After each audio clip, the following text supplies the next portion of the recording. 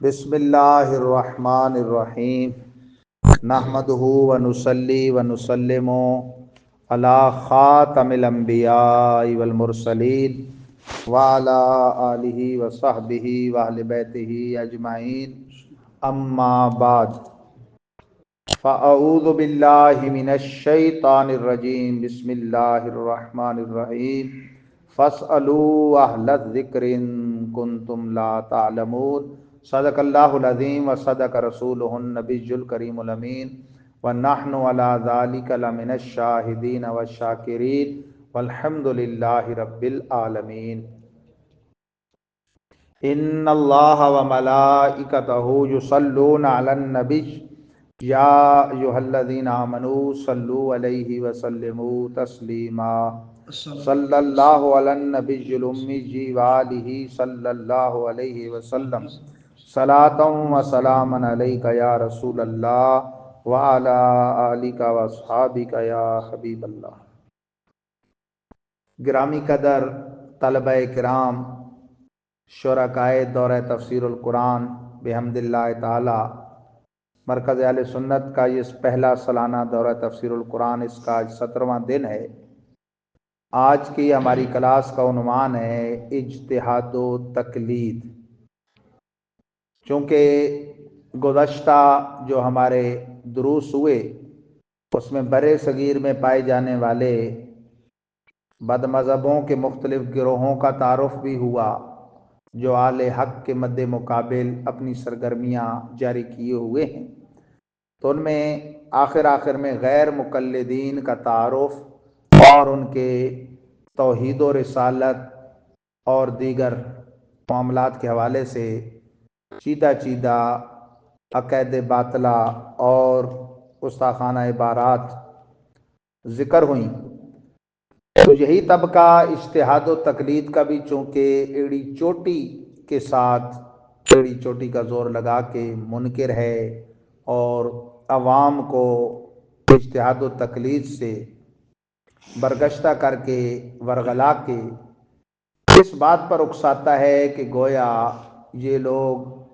ائمہ کے پیروکار ہیں اور ہم براہ راست امام الانبیاء والمرسلین صلی اللہ علیہ وسلم کے پیروکار ہیں۔ اس لیے اجتہاد و تقلید کی حقیقت جاننی ضروری ہے۔ اجتہاد کے لغوی معنی اجتہاد باب افتعال کا مصدر ہے، اجتہاد بروزن افتعال، جو کہ جہدن سے بنے، یعنی مجرد میں یہ مادہ ہے جیم ہا دال جہدن، اسے باب افتعال میں لے گئے تو کر دیا اجتہاد، جس کے معنی ہے زور، محنت اور کوشش یا زور لگا دینا، محنت کرنا اور کوشش کرنا۔ اجتہاد کے لغوی معنی قاموس اللغات میں یہ لکھے ہیں: بذل المجہود فی تحصیل المقصود، کسی مقصد کو حاصل کرنے کے لیے پورا زور لگا دینا، بذل المجہود فی تحصیل المقصود۔ اور اجتہاد کے شرعی معنی بذل المجہود من الفقیہ فی تحصیل حکم شرعی، ماہر فقہ کا حکم شرعی کو معلوم کرنے کی غرض سے اپنا زور علمی لگا دینا۔ کتنا زور علمی صرف کرنا؟ تلوی میں ہے جو کہ علامہ تفتزانی کی ہے، علمی زور لگا دینے کے معنی یہ ہیں کہ فقیہ شرعی مسئلہ کا حکم معلوم کرنے کی غرض سے اتنا علمی زور لگا دے کہ اس سے زیادہ زور لگانا اس کے بس میں نہ ہو۔ یہ تفصیل البحر الرائق شرح کنز الدقائق جلد 6 صفحہ 264 پہ اور رد المختار شرح در مختار المعروف فتاوی شامی جلد 4 صفحہ 339 پہ موجود ہے۔ تو اجتہاد کے لغوی اور شرعی معنی کی روشنی میں مجتہد کی تعریف، مجتہد کے لغوی معنی ہے اجتہاد کرنے والا، کیونکہ اس میں فاعل ہے نا، جبکہ مجتہد کے شرعی معنوں کے بارے میں امام محدث و فقیہ علامہ علی القاری علیہ رحمہ لکھتے ہیں: مجتہد وہ ہے جو کہ قرآن اور اس کے معانی کے مختلف وجوہ اور سنت کو بما اس کی سندوں اور متنوں اور وجوہ معانی کے، یوں ہی آثار صحابہ کو ان کی تفصیلات کے ساتھ، اور کس کس مسئلہ پر صحابہ کرام اور سلف صالحین کا اجماع ہوا ہے اور کس کس مسئلہ میں صحابہ و سلف میں اختلاف ہوا ہے، اور قیاس بما اس کی شرائط و اقسام و احکام اور عرف کی تفصیلات کو بے تمام پوری وسعت نظر اور اعلی مہارت کے ساتھ جانتا ہو۔ شرح نکایا جلد 2 صفحہ 294۔ اب آپ اندازہ کریں کہ مجتہد عام عالم مجتہد نہیں، عام مفتی ناقل بھی مجتہد نہیں۔ البار الرق شرح کنز الدقائق جلد 6 صفحہ 265 اور شامی جلد 4 صفحہ 239 پہ شرائط مجتہد کا بیان ہے۔ 14 شرائط کا بیان ہوئے ہیں۔ نمبر 1، صحیح العقیدہ مسلمان ہو، صرف سنیوں میں مجتہد ہوگا۔ رافضیوں کے یہ جو من گھڑت مجتہد ہوتے ہیں، یہ در حقیقت درجہ اجتہاد پر پہنچے ہوئے لوگ نہیں ہیں۔ نمبر 2، بالغ ہو، چھوٹے بچوں کا کام نہیں۔ نمبر 3، عاقل ہو۔ نمبر 4، فقیہ نفس ہو، کون سی چیز مفید ہے کون سی مضر ہے اسے جانتا ہو، یعنی طبعاً اعلیٰ درجہ کا ذکی، غضب کے حافظے والا، غیر معمولی ذہین، صاحب فراست اور معاملہ فہم۔ نمبر 5، لغت عربی کا ماہر ہو، کہ قرآن عربی میں۔ نمبر 6، علم صرف و اشتقاق کا ماہر ہو، کلمے سے کلمہ بنانا اسے آتا ہو۔ نمبر 7، نحو کا ماہر ہو، کلمے کو کلمے سے جوڑنا اور جملے مکمل کرنا درست اعراب کے ساتھ وہ سے آتا ہو۔ نمبر 8، ماہر علم معنی ہو۔ نمبر 9، علم بیان و بدیع میں اعلیٰ ملکہ رکھتا ہو، یعنی کلام کا حسن ان سے ہے نا چونکہ۔ نمبر 10، کتاب و سنت اور اجماع سے مسائل استنباط کرنے کے اصول اور قیاس و اجتہاد کے اقسام و شرائط اور احکام میں ماہرانہ دسترس رکھتا ہو۔ نمبر 11، قرآن مجید خصوصاً آیات احکام اور ان سے متعلقہ تمام لغوی اور شرعی علوم پر حاوی ہو۔ نمبر 12، احادیث سنن کا مع الفاظ، اسانید، جرح و تعدیل، صحت و ضعف، ناسخ و منسوخ کا ماہر کامل ہو۔ نمبر 13، اجماع اور مسائل اجماع و غیر اجماعی مسائل اور اجماع کی اقسام و احکام کا ماہرانہ علم رکھتا ہو۔ نمبر 14، گزشتہ زمانوں بالخصوص زمانہ خیر القرون، صحابہ، تابعین اور تبع تابعین کا زمانہ،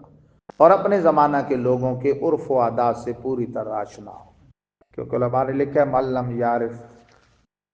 اہل زمانی فہو جاہل، جو اپنے اہل زمانہ کا عرف نہیں جانتا وہ جاہل ہے، کہ شریعت کے بہت سارے احکام کا مدار عرف مسلمین پر ہوتا ہے۔ تو اجتہادی اور غیر اجتہادی مسائل، ان کی بھی کچھ قسمیں ہیں، یعنی کن مسائل میں مجتہد کو اجتہاد کرنے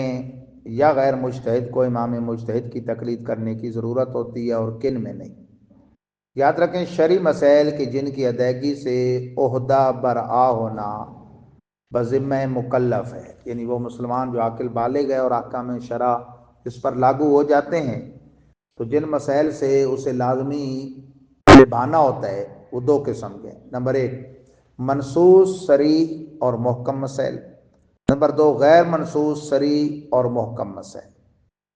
جو منصوص و محکم صریح ہیں، اس قسم سے مراد وہ مسائل ہیں جن کو نصوص میں آسان اور صاف لفظوں پر اس طرح متعین کر دیا گیا ہے کہ مجتہد اور عامی بغیر کسی الجھن کے انہیں معلوم کر سکتے ہیں۔ مجتہد تو مجتہد ہے، عام بندہ بھی، جیسے 5 نمازوں، زکوٰۃ، روزہ اور حج کی فرضیت، جاہل سے جاہل کو بھی پتہ ہے نا کہ یہ فرض عین ہے، اتنا تو جانتا ہے نا۔ یا جھوٹ، چوری، شراب، زنا اور خنزیر کی حرمت، کوئی کہہ سکتا ہے کہ اسے نہیں معلوم کہ یہ چیزیں حرام ہیں۔ دوسرا، غیر منصوص اور محکم صریح۔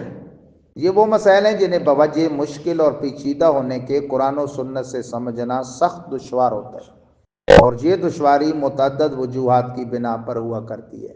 نمبر 1، وجہ والتعارض نصوص، یعنی ایک ہی مسئلہ میں کئی قسم کے حکم کتاب و سنت میں وارد ہوں اور وہ بظاہر ایک دوسرے سے ٹکراتے ہوں۔ بظاہر، حقیقت میں تو قرآن کو نہیں چھٹلاتا نا، جب تک ایک ناسخ اور دوسرا منسوخ نہ ہو۔ وجہ دوم، تعدد وجوہ معانی، یعنی کسی مسئلہ میں نص تو موجود ہے لیکن اس میں کئی معنوں کا احتمال ہے کہ یہاں معنی کون سا مراد ہے۔ وجہ سوم، تیسری وجہ اجمال یا ابہام، یعنی کسی مسئلہ پر شرع شریف میں نص تو وارد ہوئی لیکن وہ اپنے معنوں میں اتنا ابہام و اجمال رکھتی ہے کہ اس پر عمل کرنے کی راہ معلوم نہیں ہو پاتی، یعنی وہ قابل تشریح ہے۔ وجہ چہارم، غیر منصوص ہونا، یعنی کسی مسئلہ پر صراحتاً نص کا موجود ہی نہ ہونا، جیسے نماز کے فروعی احکام، یہ تو ڈائریکٹ قرآن میں نہیں ہے نا۔ شرائط، ارکان، واجبات، سنن، مستحبات و مکروہات کی تفصیلات، نیز جھینگا، کیکڑا، گھونگا، کچھوا، مینڈک وغیرہ کی حرمت و علت۔ وجہ پنجم، نو پیش آمدہ مسائل جو پیش ہی بعد میں آئے، خیر القرون سے بعد یا آپ کے اپنے زمانے میں، یعنی جو زمانہ نزول وحی کے بعد نئے پیش آئے، مثلا جمع قرآن، رکوع و نقطے اور رموز اوقاف، اب کس نے تعین کرنا ہے ان کے درست نادرست ہونے کا؟ نیز منزلوں اور سپاروں کی نشاندہی اور مقامات سجدہ کے علامات، حدیث کی صحت و ضعف کے درجات، یہ تو خود صحابہ اور سرکار نے نہیں قائم فرمایا نا، یہ تو محدثین نے اصطلاح قائم کیا۔ جرح اور تعدیل کے قواعد، اصول حدیث اور اسناد کے تمام مباحث، علم اسماء الرجال، راویوں کی جو ہے وہ کانٹ چھانٹ کا جو علم ہے، کاغذ کے نوٹوں پر زکوٰۃ، کہ پہلے تو دراہم و دنانیر تھے، ہوائی جہاز میں نماز اور حج، بندوق کا شکار، بیمار کو خون دینا، انسانی اعضاء کی پیوند کاری، گردے لیے جا رہے ہیں دیے جا رہے ہیں، اور loud speaker, radio, T V اور آج کل انٹرنیٹ وغیرہ سے اذان، نماز، تبلیغ اور ایسے ہزاروں مسائل۔ مسائل شریعہ کے ان قسموں میں سے پہلی قسم کے مسائل غیر اجتہادی کہلاتے ہیں جو منصوص و محکم سری ہیں، جبکہ دوسری قسم کے مسائل کو اجتہادی مسائل کہا جاتا ہے۔ غیر اجتہادی مسائل چونکہ کتاب و سنت میں صراحتاً منصوص و متعین ہوتے ہیں، لہٰذا ان کے اندر کسی کے لیے اجتہاد کی گنجائش نہیں ہوتی، اور نہ ہی ان میں غیر مجتہد عامی کو کسی مجتہد کی تقلید کرنا پڑتی ہے۔ قرآن و سنت میں جہاں اجتہاد یا تقلید سے منع کیا گیا وہاں یہی قسم مراد ہے۔ اب یہ نہیں نا کہ نماز فجر، ظہر، عصر، مغرب، عشاء 5 ٹائم ہے یا 10 ٹائم ہے، اس میں تو اجتہاد نہیں ہے نا۔ اجتہاد و تقلید سے مراد ہے جبکہ اجتہادی مسائل میں مجتہد پر فرض ہے کہ اجتہاد کر کے ان کا حکم بیان کرے، اور غیر مجتہد کے لیے واجب ہے کہ ان مسائل میں مجتہد کی تقلید کرے۔ حقیقت یہ ہے کہ اجتہادی مسائل سے عہدہ برا ہونے میں مجتہد کو اجتہاد اور عامی کو مجتہد کی تقلید کے بغیر کوئی چارہ ہی نہیں۔ جو لوگ مطلقاً اجتہاد یا تقلید کو حرام و شرک قرار دیتے ہیں ان سے سوال کرنا چاہیے کہ اجتہادی مسائل کے حل تک اجتہاد و تقلید کے علاوہ کون سا راستہ جاتا ہے تاکہ اسے اختیار کیا جا سکے، اور انشاءاللہ اس کا جواب قیامت تک نہیں ملے گا۔ بات سمجھ آئے گی؟ اجتہاد کے ساتھ چونکہ تقلید کا چولی دامن کا ساتھ ہے، ظاہر مجتہد جب اجتہاد کرے گا تو مقلد اس کی تقلید کرے گا، تو اس لیے تقلید کے لغوی اور اصطلاحی معنی اور پھر اجتہاد و تقلید کے چند دلائل سماعت فرمائیے۔ لفظ تقلید باب تفعیل کا مصدر ہے، قلد یقلد التقلید، اور اس کا مادہ ہے کلدن، جس کے معنی ہیں جمع کرنا، موڑنا، رسی یا ڈور ابٹنا، باری آنا اور سیراب کرنا۔ رسی یا ڈورا بٹنا، ابٹن وہ اور ہوتی ہے، وہ چیز ہوتی ہے جسم پہ ملنے والی، اور یہ بٹنا جیسے یہ رسی کو ڈورا باندھتے ہیں۔ اس کی روشنی میں تقلید کے معنی یہ ہیں ذمہ لگانا، گلے میں ہار ڈالنا، سونپنا، مقرر کرنا، لازم کرنا یا ڈیوٹی لگانا اور پیروی کرنا وغیرہ۔ گویا مقلد مجتہد کی پیروی کا ہار اپنے گلے میں ڈالتا ہے۔ المنجد الابجدی کے صفحہ 814 پہ جو طبع ایران کی القاموس المحیط جلد 1 کے صفحہ 333 پہ، اور النہایہ جلد 4 صفحہ 9 اور المفردات فی غریب القرآن صفحہ 411 پہ یہی معنی بیان ہوئے۔ نور الانوار معاشرہ قمر الاقمار جو شیخ احمد معروبہ ملا جیون ہندی صاحب تفسیرات احمدیہ کی معروف کتاب ہے، اصول فقہ کی ہماری درسی کتاب ہے، اس کے صفحہ 216 پہ اس کا معنی مطلب اور اصطلاحی تعریف یہ لکھی ہے کہ شرعن تقلید یہ ہے کہ آدمی دوسرے کے قول یا فعل میں اس کی پیروی اختیار کرے، یہ سمجھ کر کہ وہ اہل تحقیق و اجتہاد میں سے ہے اور یہ کہ وہ اپنے اجتہاد میں حق پر ہے۔ اس پیروی کو تقلید اس لیے کہتے ہیں کہ گویا مقلد اپنے امام کے اجتہادی قول یا فعل کو اپنے گلے کا ہار بنا کر اس کا التزام کر لیتا ہے، اپنے لیے لازمی کر لیتا ہے۔ اب اجتہاد اور تقلید آیا جائز ہے یا ناجائز، تو اس پر صرف مختصر اور جامع طور پہ چند دلائل میں پیش کرتا ہوں، چہار شنبہ کی نسبت سے 4 دلیلیں۔ نمبر 1، ابو داؤد، ترمذی، دارمی، بہقی وغیرہ ہم اکابر محدثین رحمہم اللہ مشہور فقیہ و مجتہد صحابی سیدنا معاذ ابن جبل رضی اللہ تعالیٰ عنہ سے اپنی اپنی سند کے ساتھ روایت کرتے ہیں، اور یہ جامع الاصول میں بھی موجود ہے جلد 10 پہ صفحہ 551، کہ رسول پاک نے جب حضرت معاذ رضی اللہ تعالیٰ عنہ کو اہل یمن کا قاضی، معلم اور مجتہد مفتی بنا کر یمن بھیجا تو ارشاد فرمایا کہ جب کوئی قضیات تمہارے سامنے پیش آئے گا تو کیسے فیصلہ کرو گے؟ بما تقضی یا معاذ، معاذ نے عرض کی اللہ کی کتاب سے فیصلہ کروں گا، اقضی بکتاب اللہ، آپ نے فرمایا اگر وہ مسئلہ کتاب اللہ میں نہ پاؤ تو عرض کی اقضی بسنت رسول اللہ، میں رسول پاک کی سنت سے فیصلہ کروں گا۔ آپ نے فرمایا اگر تو اسے کتاب و سنت میں دونوں میں نہ پاؤ تو کیا کرو گے؟ اب بتائیے کتاب و سنت میں رہتی دنیا تک کے مسائل ہیں کہ نہیں؟ حضور خود فرما رہے ہیں نہ پاؤ، کیا مطلب؟ ظاہر نصوص، ظاہر نصوص ابھی پڑھا ہے نا آپ نے کہ بعض مسئلے غیر منصوص ہوتے ہیں، بعض منصوص، جو منصوص ہے اس میں تو تقلید ہے ہی نہیں، تقلید غیر منصوص میں ہوتی ہے۔ تو حضرت معاذ نے عرض کیا اذن اجتہد راجی ولالو، تب میں اپنی رائے سے اجتہاد کروں گا اور اپنی اجتہادی قوت بروئے کار لانے میں کوتاہی نہیں کروں گا، یعنی پورا چوٹی کا زور لگا دوں گا۔ تو رسول اللہ نے اس کا رد نہیں کیا، بھائی اجتہاد کیا چیز ہوتی ہے؟ تو فرمایا، سینہ تھپک کر فرمایا شکر ہے اللہ کا جس نے اپنے رسول کے نمائندے کو وہ توفیق دی جو اللہ کے رسول کو پسند ہے۔ لفظ ہیں الحمدللہ الذی وفق رسول رسول اللہ، پہلا رسول لغوی معنی پر ہے قاصد، دوسرا اصطلاحی معنی پر کہ تمام شکر ہے اس ذات کا جس نے اپنے رسول کے قاصد کو توفیق بخشی، کس چیز کی؟ جس سے رسول اللہ پسند کرتے۔ تو اس حدیث کی ابن تیمیہ نے مقدمہ میں اور ابن قیم نے اپنی تصریح میں اسے صحیح قرار دیا۔ اس حدیث سے دیگر امور کے ساتھ یہ بات نہایت صراحت کے ساتھ ثابت ہوتی ہے کہ جو مسائل کتاب و سنت میں صریحاً منصوص نہیں، مجتہد ان کا حکم اپنے اجتہاد کے ذریعے بیان کرے، یہی طریقہ رضائے خدا سے ہمکنار اور خوشنودی رسول پاک سے سرشار ہے۔ پھر یہاں یہ بات بھی قابل توجہ ہے کہ حضور اکرم صلی اللہ علیہ وسلم نے اپنے ایک فاضل فقیہ اور مجتہد صحابی کو اہل یمن کے پاس مفتی، قاضی و مجتہد کی حیثیت سے بھیج رہے ہیں اور اجتہادی مسائل کے اندر ان کو اجتہاد کر کے فتویٰ دینے کی بخوشی اجازت دے رہے ہیں، اور تمام اہل یمن پر اس مجتہد معین کی تقلید اور پیروی لازم فرما رہے ہیں۔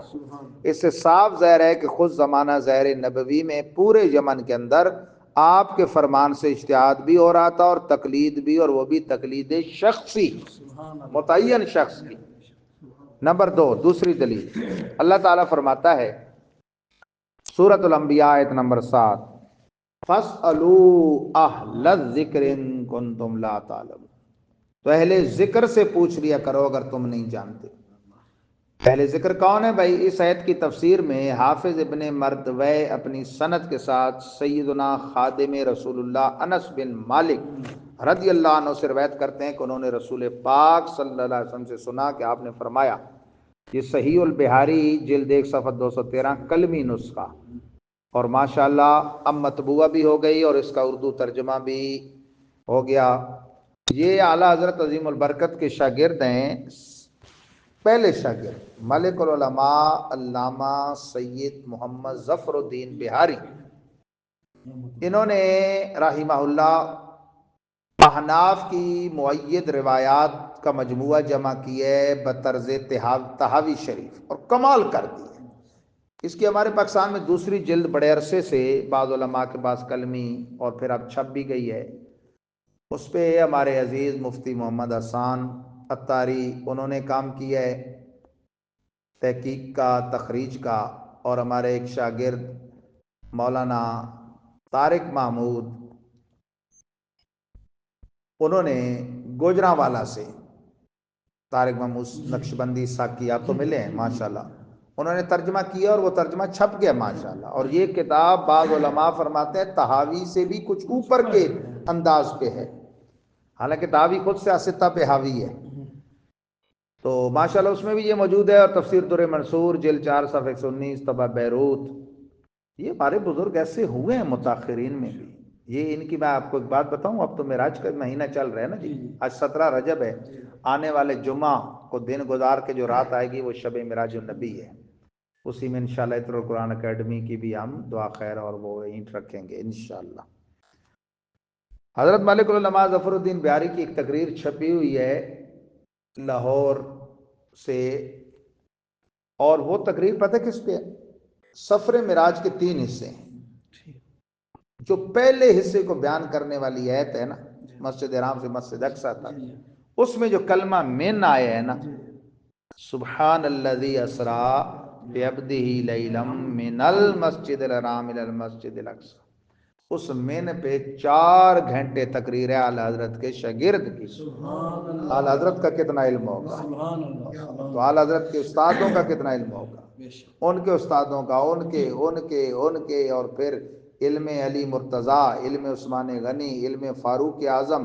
جو علم کے 10 حصوں میں سے اکیلے 9 حصے رکھتے تھے، پھر علم صدیق اکبر، اور پھر علم انبیاء ہے، پھر علم مرسلین ہے، پھر علم اولو العزم ہے، پھر علم مصطفیٰ ہے، اور اس سے بڑھ کے علم خدا ہے۔ وفوق کل ذی علم علیم، سید المفسرین ابن عباس رضی اللہ عنہ فرماتے ہیں کہ یہ سلسلہ خدا بزرگ و برتر تک پہنچتا ہے کہ برادران یوسف سے حضرت یوسف کا علم زیادہ تھا،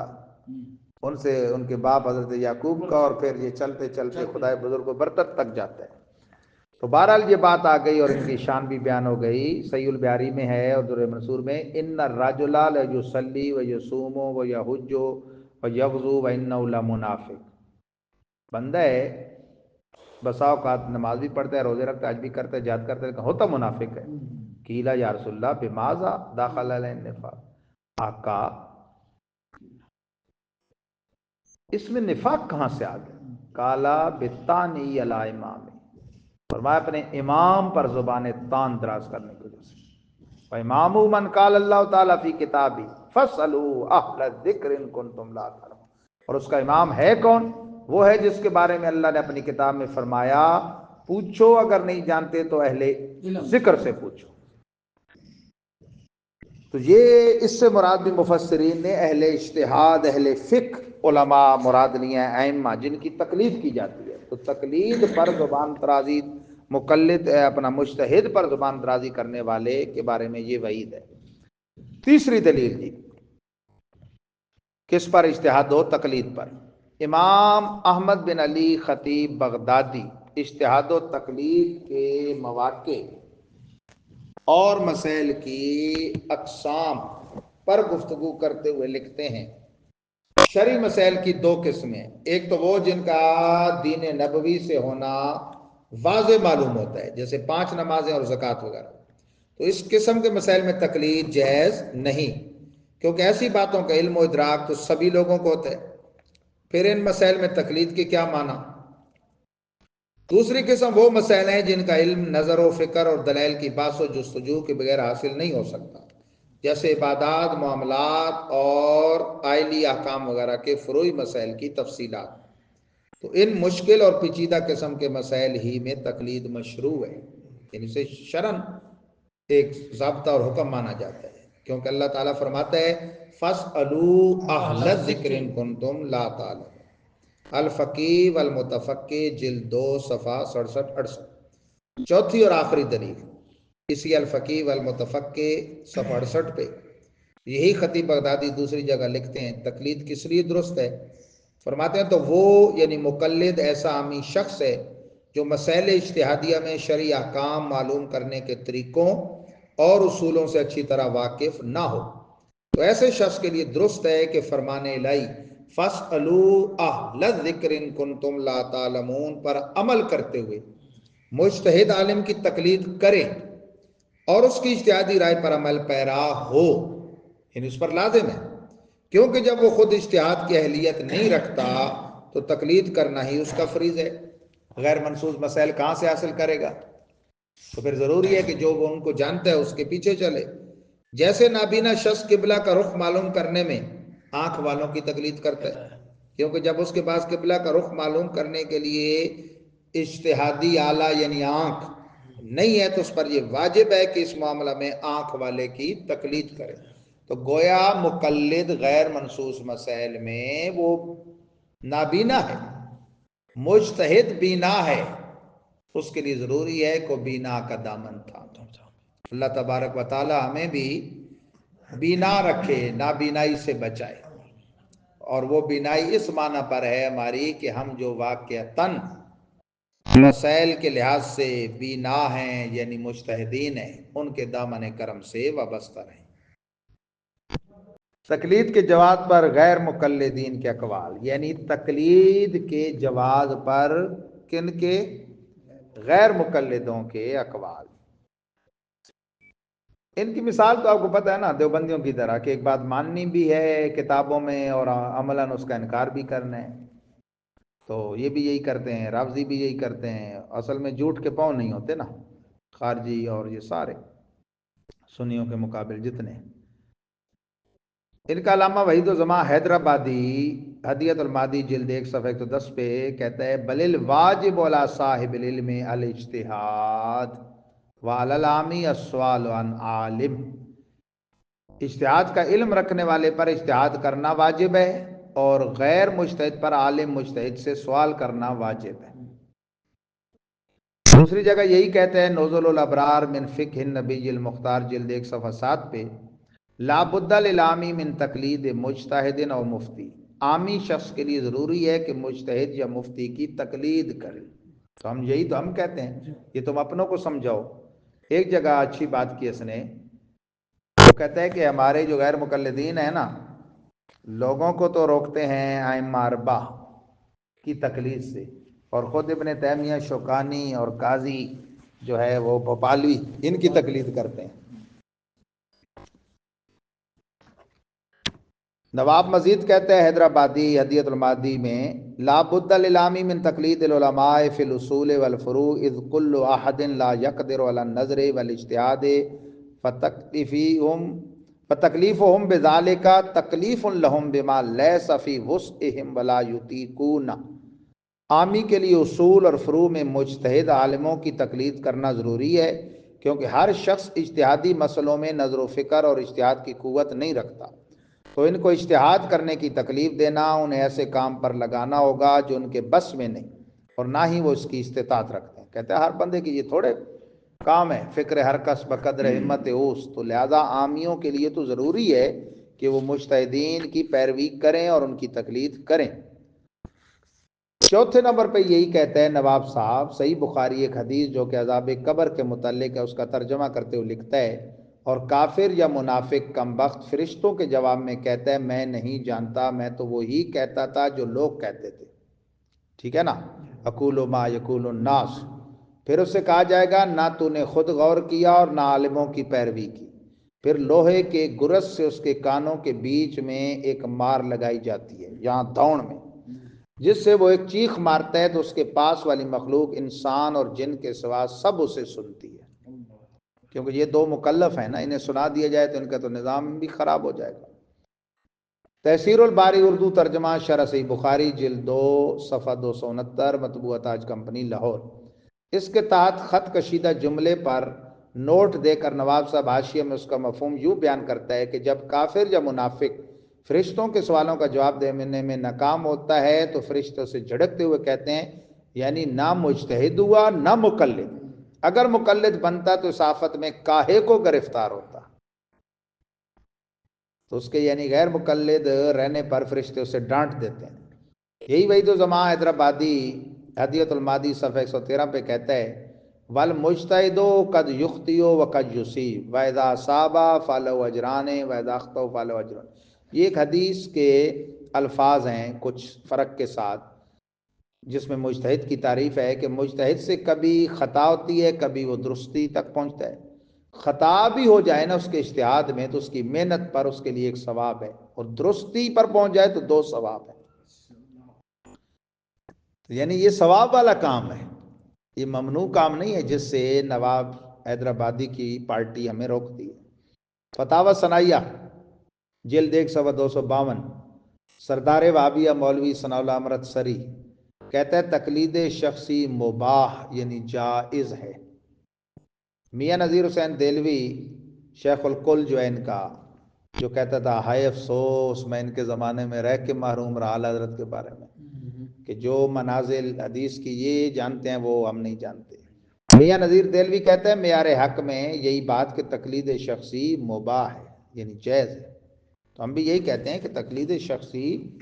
مباح نہیں بلکہ واجب ہے، ضروری ہے ان تمام مسائل میں جو غیر منصوص ہیں، کہ اگر ان میں وہ تقلید نہیں کرے گا تو وہ تو ٹامکٹوئیاں مارے گا اور اپنے وہ جو ہے نا جاہلانہ اجتہاد کرے گا تو گمراہ ہوگا اور دوسروں کو گمراہ کرے گا. اللہ تعالی ہم سب کا حامی و ناصر ہو. اور اجتہاد و تقلید کے حوالے سے جو ہماری گفتگو ہوئی اس کو سمجھنے، اس کو یاد رکھنے اور اس کو درست طریقوں سے دوسروں تک پہنچانے کی توفیق رفیق مرحمت فرمائے. وآخر دعوانا ان الحمد للہ رب العالمین. بسم اللہ الرحمن الرحیم. جناب مفتی صاحب یہ قرآن مجید سورۃ آل عمران آیت نمبر 17 میں شاہد اللہ انہ لا الہ الا هو والملائکۃ واولو العلم قائما بالقسط لا الہ الا هو العزیز الحکیم، اس کے بارے میں ذرا آیات مبارکہ میں بتائیں ذرا کیا ہے. سوال سورہ آل عمران پارہ نمبر 3 نصف اول کی آخری آیت کریمہ اور سورہ آل عمران کی مجموعی طور پہ آیت نمبر 18 پر حضرت مولانا قاری خالد نواز قادری دامت برکاتہم العالیہ نے بڑا اچھا سوال کیا جی. پر موقع کچھ موضوع سے بھی تھوڑی مناسبت ہے اس کی، اجتہاد و تقلید آج موضوع تھا، مجتہد عالم کی شان بیان ہوئی تو یہ بھی علماء کی شان پر ہے جی، کہ دیکھیں علم کی کتنی بڑی شان ہے. اللہ تعالیٰ اپنی توحید پر 3 گواہ قائم فرما رہے. کتنے جی؟ 3. خود اللہ جس کی توحید کی بات ہے، خدائے بزرگو برتر اللہ جل جلالہ وعما نوالہ، اور اس کی مخلوق میں سے معصوموں کا گروہ فرشتے، اور تیسرے علم والے. فرمایا شاہد اللہ، گواہ ہوا اللہ. گواہ ہوا اللہ کس بات پہ؟ انہ لا الہ الا ہو، اس پہ کہ اللہ ایک ہے. اللہ ایک ہے، معبود برحق ہے، اس کے سوا کوئی معبود نہیں. اور اللہ کے ساتھ کون گواہ ہوئے؟ یہ وہ عطف ہے. والملائکہ، اور فرشتے گواہ ہوئے کہ اللہ وحدہ لا شریک ہے. وَأُولُو الْعِلْمِ قَائِمًا بِالْقِسْطِ، اور کون گواہ ہوئے؟ علم والے جو کہ عدل کے ساتھ قائم ہیں. اللہ گواہ ہے، اللہ وحدہ لا شریک ہے. فرشتے گواہ ہیں کہ اللہ وحدہ لا شریک ہے، اور علماء عادلین گواہ ہیں کہ اللہ ایک ہے. تو یہ شان ہے اہل علم کی کہ وہ صرف یہ نہیں کہ یہ بھی بڑی شان ہے کہ وہ توحید کے یعنی ڈنکا بجاتے ہیں، بڑی بات یہ ہے کہ توحید پر گواہی ان کی اللہ کی گواہی کے ساتھ ہے، فرشتوں کی گواہی کے ساتھ ہے، لا الہ الا هو العزیز الحکیم، نہیں ہے کوئی معبود مگر وہی غالب حکمت والا۔ تو اہل علم کی بڑی شان ہے جی، علماء یقین مانیں، علماء حق ہی اولیاء کاملین ہیں، کوئی غیر عالم وہ خدا کا ولی نہیں ہو سکتا۔ امام اعظم ابو حنیفہ فرماتے ہیں اگر علماء اولیاء نہیں تو کون اولیاء ہے، اور امام شافعی فرماتے ہیں متخذ اللہ جاہلا ولیا، اللہ کسی جاہل کو اپنا دوست نہیں بناتا۔ یار جاہل بندے کو ہم بندے ہو کے دوست بنانا پسند نہیں کرتے، اللہ کا پسند۔ اور سچی بات ہے یہ اب آج کس گئے گزرے دور میں بھی ہمارے جو جن کو ہم بظاہر یہ کہتے ہیں نا یہ فلاں صوفی ہیں جی اور یہ علماء ظواہر ہیں، یہ صحیح العقیدہ علماء ظواہر ہی اولیاء ہیں، اور یہ مشکل کشائیاں کرتے ہیں، جیتے جی بھی کرتے ہیں بعد میں۔ میں آپ کو تازی مثال دوں جی، یہ خوشخبری سناؤں آپ کو۔ یہ ہمارا بھی یہ ادارہ ہے نا، یہ اب آپ دو بیٹھے ہیں، باقی تو چند آن لائن اسے سنیں گے، کبھی ایک ہوتا ہے آپ میں سے،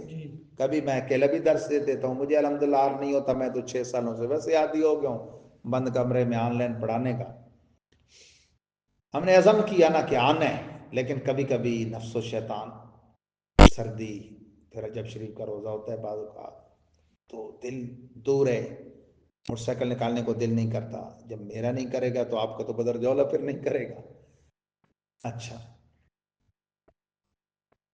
ہفتے والے دن یعنی یہ 13 رجب المرجب سحر کے وقت میں نے اپنے آپ کو دیکھا کہ میں مرکز المعارف جامعہ حجویریہ میں ہوں، دات دربار، سبحان اللہ، اور ایسا محسوس ہو رہا ہے کہ میری یہاں تقرری ہوئی ہے بطور معلم استاد۔ خواب میں ہی تھوڑا اس پہ حیران ہو رہا ہوتا ہوں کہ میں نے تو اب اپنا ادارہ شروع کیا ہے، ابھی دورہ تفسیر قرآن آگے درس نامی شروع کرنی۔ ایک استاد جنہیں میں چہرے مورے سے پہچانتا ہوں، موجودہ اساتذہ جامعہ نظامیہ میں سے ہیں، وہ میرا بعض دیگر عملے سے آگے پیچھے تعارف کرا رہے ہوتے ہیں، تو ہمارے اپنے استاد جن سے ہم نے جامعہ نظامیہ میں ابو داؤد، نسائی، ابن ماجہ، سنن ثلاثہ پڑھی، اس وقت بھی وہ جز وقتی جامعہ حجویریہ جاتے تھے اور اب کل وقتی ادھر ہی پڑھاتے ہیں۔ ادیب اہل سنت مفتی محمد صدیق ہزاروی صاحب مدثر اللہ علیہ، اب وہاں اس ٹائم سینئر ترین استاد ہیں، تشریف لاتے ہیں، ٹیبل کرسی لگی ہوتی ہے اس پہ بیٹھتے ہیں، تو وہ جب ان کو بلاتے ہیں تو میرے بارے میں اب وہ خود تعارف کرواتے ہیں ان کو کہ بھائی یہ جو نئے استاد آئے ہیں یہ آپ کے جامعہ نظامیہ ہی کے فاضل ہیں۔ تو وہ جو جامعہ نظامیہ کے موجودہ استاد میں نے کہا نا کہ ایک ہیں وہاں ہوتے ہیں، وہ بھی ان دنوں ادھر ہی ہوتے ہیں حجویریہ میں، خواب کے اس میں، تو انہیں فرماتے ہیں کہ یہ بڑی خوش قسمتی سمجھیں آپ جامعہ کہ یہ ہمارے بڑے قابل ساتھی ہیں، یہ بارہ ان کا بڑا پان ہے، استاد ہیں، تو ساتھ انہیں فرماتے ہیں کہ یہ حکیم بھی ہیں، بھائی آپ تو مسجد چلے جاتے ہیں چھٹی کے بعد، میں گھر چلا جاتا ہوں، تو ان کا کھانا انہیں پسند آئے نہ آئے تو وہ آگے سے کہتے ہیں جی اگر ڈالڈے کا مسئلہ ہے نا تو دیسی گھی اویلیبل ہے، میں مہیا کروں گا۔ سبحان اللہ، خیر میری آنکھ کھل گئی، میں نے جو اپنے طور پہ اس کی تعبیر نکالی وہ یہ تھی کہ ایک تو استادوں کا خصوصی فیض دیگر اساتذہ کا ہے، لیکن ہزاروی صاحب کا خصوصی توجہ، دیگر اولیاء مشائخ کا فیض ہے ہمارے جامعہ قادریہ میں، لیکن بالخصوص داتا گنج بخش کا کرم، اور تیسرا یہ کہ انشاءاللہ ہمارے جو اساتذہ اور طلبہ یہاں ہوں گے نا وہ یہ جو لنگر ہے نا ناقص لنگر نہیں کھائیں گے، وہ خالص لنگر ہے انشاءاللہ۔ بڑا میرا دل بڑا پھر حالانکہ وہاں سے میں آیا تو بڑی الٹی واپس، وہ اسی دن ہم نے جانا تھا جس دن صبح خواب آیا نا وہ بکر، تو آپ ساتھ تھے، کٹھے ہم گئے واپسی، پھر جو میرا حال ہوا آپ کا سردی سے اور میرا الٹیوں سے بھی، تو تھوڑا کل نہ پھر میں نے کل جب سے یہ کلاس شروع ہوئی ہے، کل 16واں دن تھا نا، کل ذرا میں نے ٹینشن لی ہے ذہنی طور پہ کہ یار کتنی مشقت ہے، اور راستے میں کل ریلوے لائن پہ آ کے نا رکشے پر بیٹھنے کے لیے میں ایک دفعہ واپس ہونے لگا، اور بڑا ایک شیطانی نفسانی خیال وسوسے، تو بس جا کے بیٹھک میں بیٹھ جاؤں ادھر سے درس دے دوں، پھر میں نے کہا یار ایک بھی آئے تو اس سے کتنی تکلیف ہوگی، اور میں آگے ہوں ہی نہیں، میں جاتا ہوں کوئی نہیں ہوتا تو میں تو درس دے دیتا ہوں، لیکن میں نہیں جاؤں، آ گیا نا۔ تو آج صبح میں تھوڑا سا سویا اشراق کے ٹائم، تو چاشت کا وقت تھا یہاں آنے سے پہلے 9 بجے۔ ہمارے بڑے استاد یعنی جو ان صدیق ہزاروی صاحب مفتی صاحب کے بھی استاد ہیں، علامہ حافظ عبدالستار سعیدی صاحب جو فقط شیخ الکل ہیں ان کے بھی استاد ہیں، امیر المجاہدین علامہ رضوی صاحب کے بھی استاد ہیں، مفتی اعظم پاکستان مفتی منیر الرحمان صاحب کے بھی استاد ہیں، سبحان اللہ، مفتی اعظم پاکستان مفتی محمد عبد القیوم ہزاروی شیخ الاسلام رحمہ اللہ، ان کی میں نے زیارت کی،